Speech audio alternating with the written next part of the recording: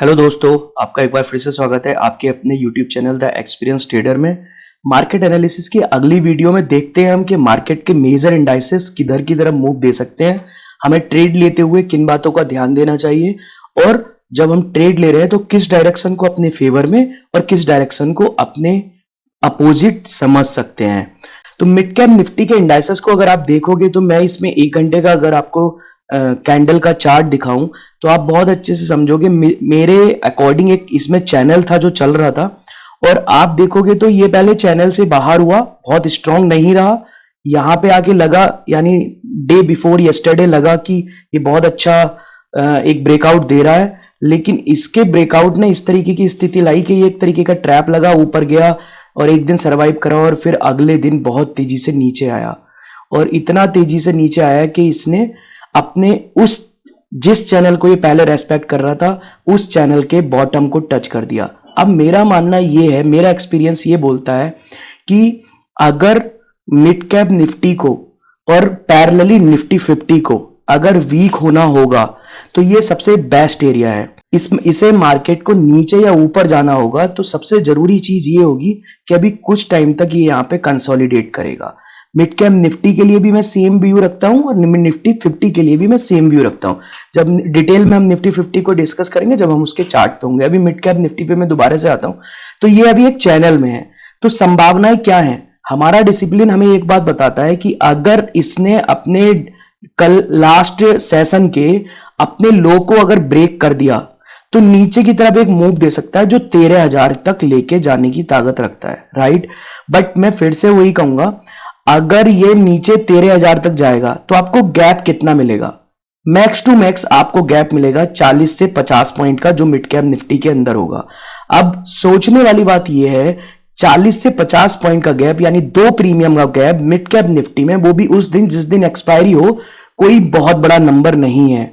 मैं इसलिए बोल रहा हूं क्योंकि अर्ली के 3 या 4 15 मिनट की कैंडल में एक सेशन नीचे की तरफ ट्रेंड मार सकता है एंड देन दोबारा से रिवर्सल ऊपर की तरफ ले सकता है। अगर इसने ऐसा किया तो मैं ये कहना चाह रहा हूं आप उन रिवर्सल में प्रॉफिट नहीं बना पाओगे।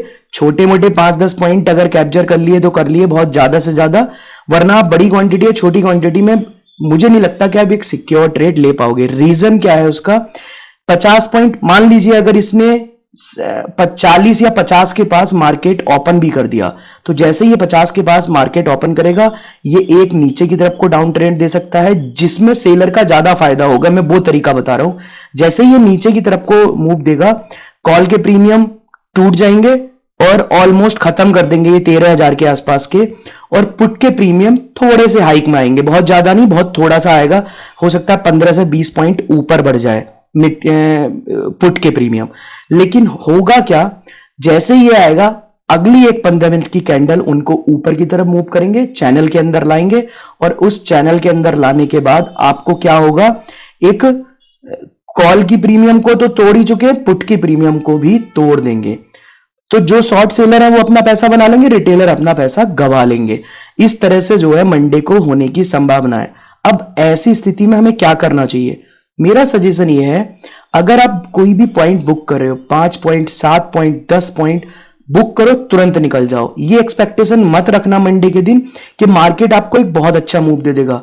मेरा एक्सपीरियंस ये बोलता है कि अगर मिड कैप निफ्टी मंडे के दिन रन हुआ भी और इसने एक मूव दिया भी तो मैं बोल रहा हूं बहुत ज्यादा से ज्यादा ये 100 पॉइंट का एक रेंज बना लेगा, जो ये मैं आपको दिखा रहा हूं चार्ट पे, ये इस रेंज को नहीं तोड़ पाएगा। यानी 13,100 से 13,000 के बीच में एक रेंज होगी, इस रेंज को ये नहीं तोड़ पाएगा, राइट, इसी रेंज में रहेगा। हां, अगर इस रेंज के बियॉन्ड कहीं भी जाता है, चाहे ऊपर चाहे नीचे, तो आपको एक अच्छा मूव मिल सकता है।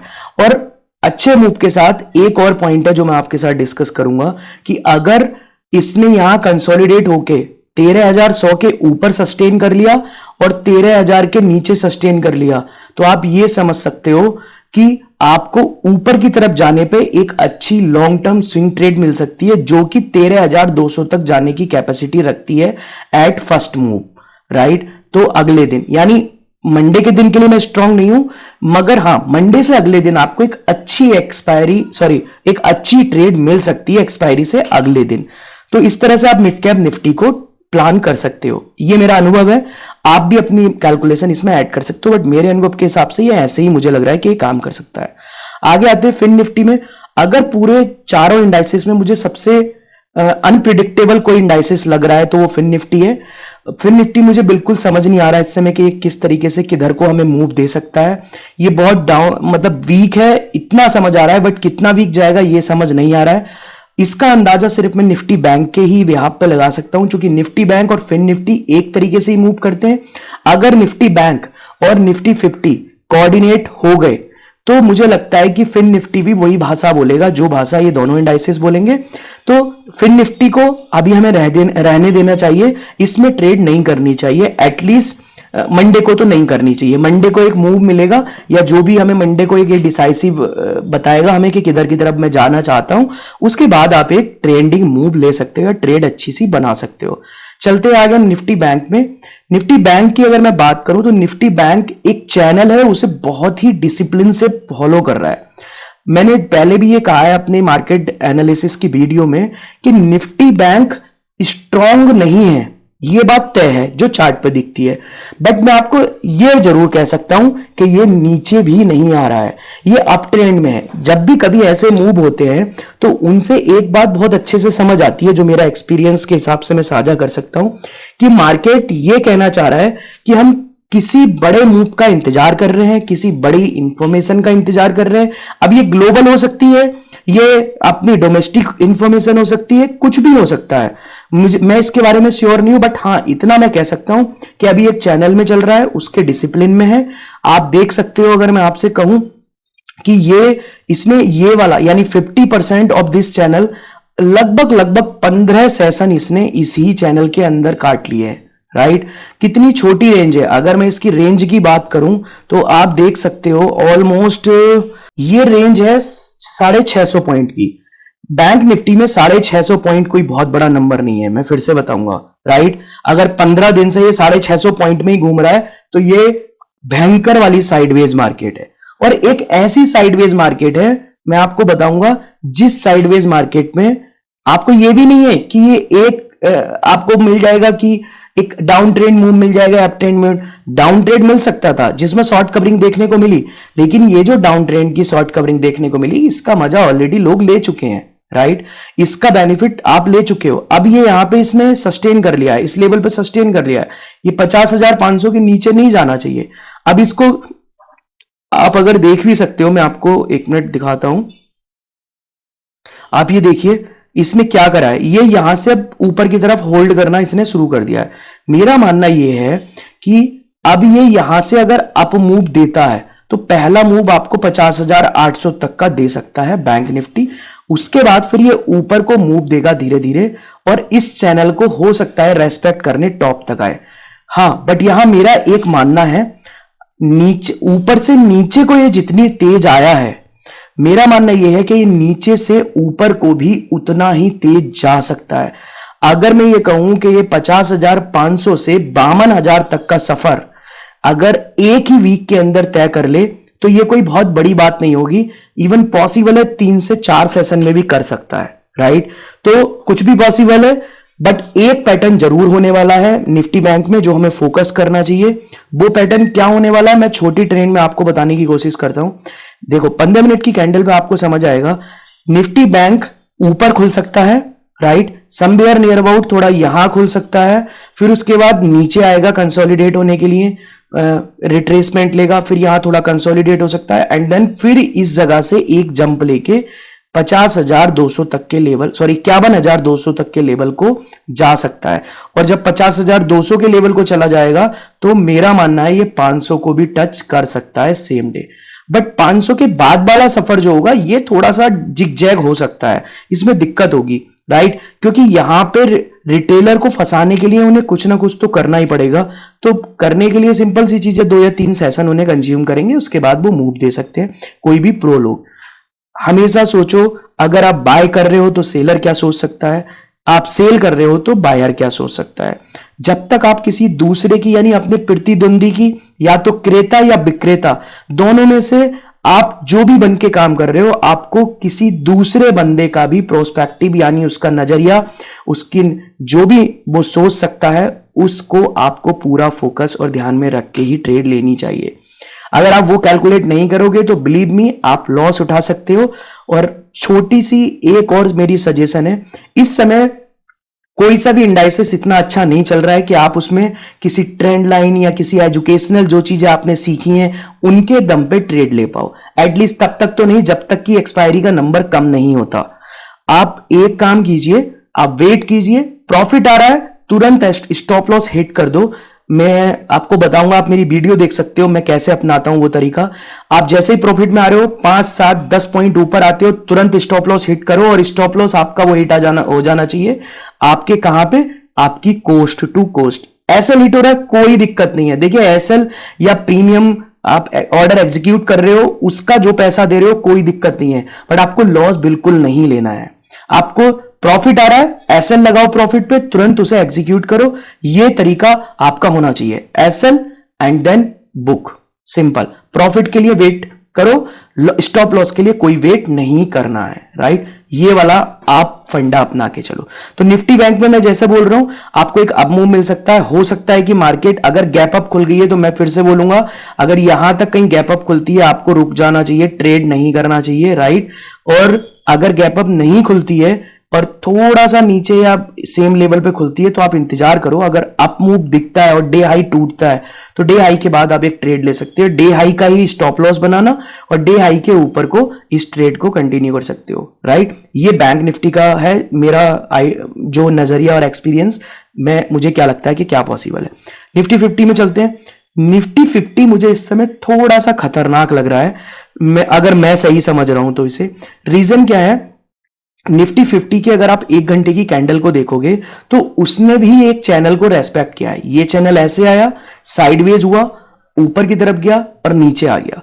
इस समय चैनल ऑलमोस्ट अपने 50% पे है।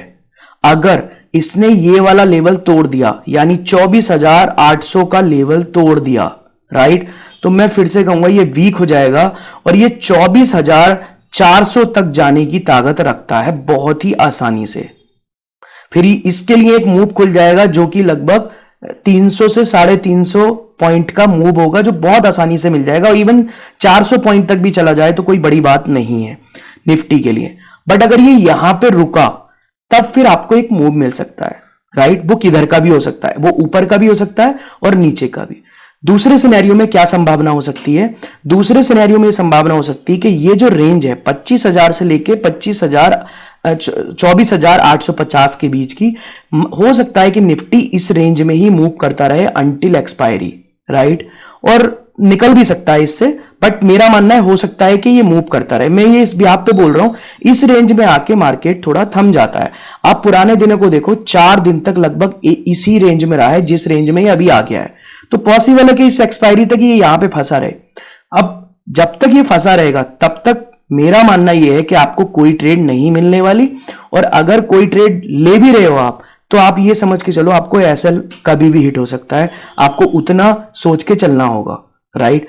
तो एसएल को हिट ना हो ये भी आपको फोकस करना है।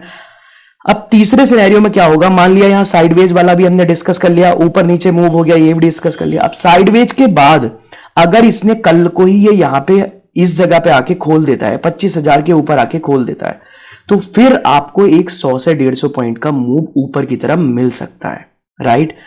और उस मूव में जब ये वीक की तरफ मिलेगा तो आपको ये समझ आ जाएगा ट्रेंड इंटैक्ट है ऊपर की तरफ जाने के लिए। और निफ्टी जिस तरह से चल रही है वीक तो नहीं होने वाली, स्ट्रांग ही होगी।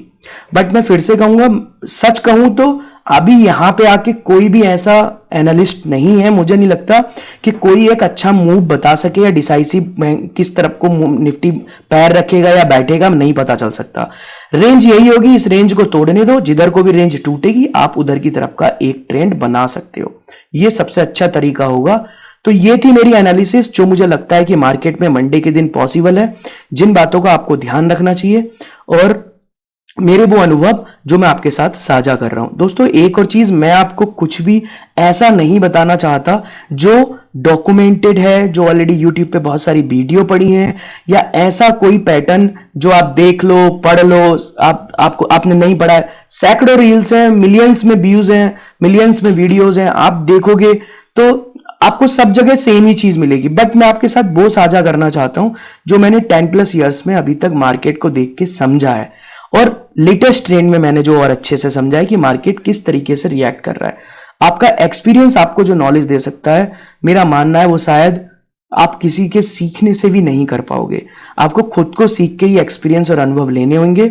उन अनुभवों के दम पे ही आप अपनी ट्रेडिंग को अच्छा बना सकते हो और बुरे दौर से बाहर निकाल सकते हो।